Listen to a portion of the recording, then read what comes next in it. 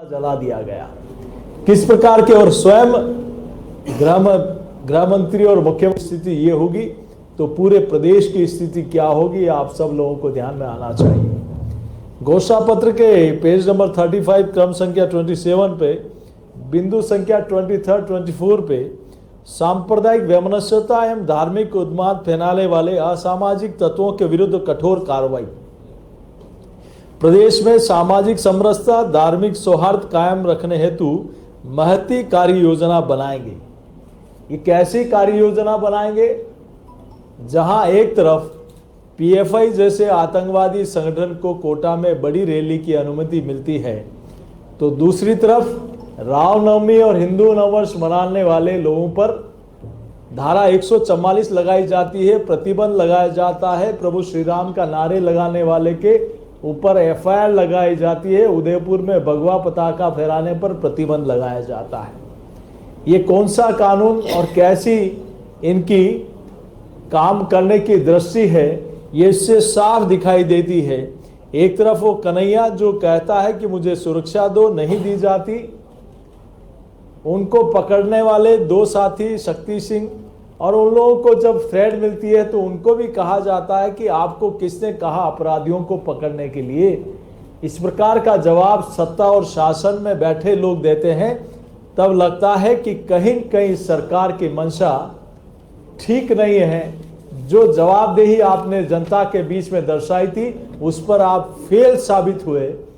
आपने देखा होगा इनके घोषणा पत्र के पेज नंबर 3 पे क्रम संख्या 1 बिंदु संख्या 1 पर किसान की कर्ज माफी का वादा किया था, लेकिन आज 4.5 वर्ष में कर्ज माफी नहीं हुई।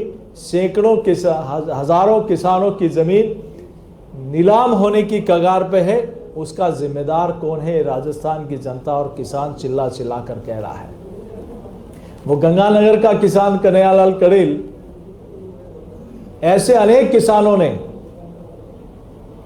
आत्महत्या कर ली। उसका दोषी अगर कोई है तो स्वयं राजस्थान के मुख्यमंत्री और इनके पार्टी के नेता राहुल गांधी जिम्मेदार है, जिन्होंने विश्वास दिलाया कि हम किसानों का संपूर्ण कर्जा माफ करेंगे। इनके घोषणा पत्र के पेज संख्या 15 पर क्रम संख्या 10 पर बिंदु संख्या 1 पर लिखा है कि हम बेरोजगारी भत्ता देंगे।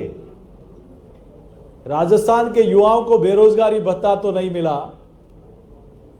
लेकिन रीट की परीक्षा में आरपीएससी के नाम से एक नई इंडस्ट्री भ्रष्टाचार की जरूर कांग्रेस पार्टी ने खोल ली।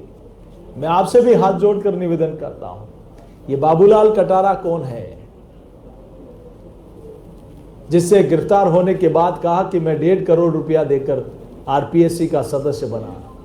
किसने बनाया और किसने बनाया? मुख्यमंत्री जी, क्या संबंध है इससे आपका? इनका पूर्व राज्य मंत्री गोपाल केसावत अभी 18 लाख रुपए लेते हुए सरेआम पकड़ा गया ईओ परीक्षा भर्ती में, जो कह रहे हैं कि 2 आरपीएससी के सदस्यों को पैसे देने के लिए मैंने पैसा लिया। उनको सदस्य किसने बनाया? मुख्यमंत्री जी जवाब देना चाहिए। डीपी जारोली साफ रूप से कहते हैं कि मैं एक मोहरा हूं, डोर ऊपर तक है। मुख्यमंत्री जी, जनता जवाब चाहती है।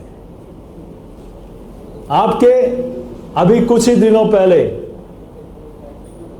इसी मामले में सुरेश ढाका जो इसमें आरोपी थे,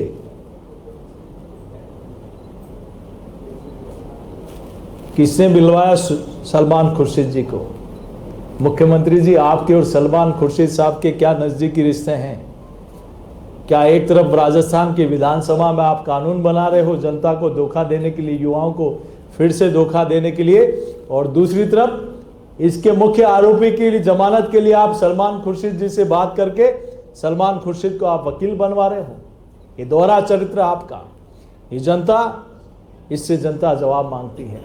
आपने घोषणा पत्र के पेज संख्या 34 के क्रम संख्या 25 पर बिंदु संख्या 5 पर कहा कि हम संविदा कर्मियों को नियमित करेंगे।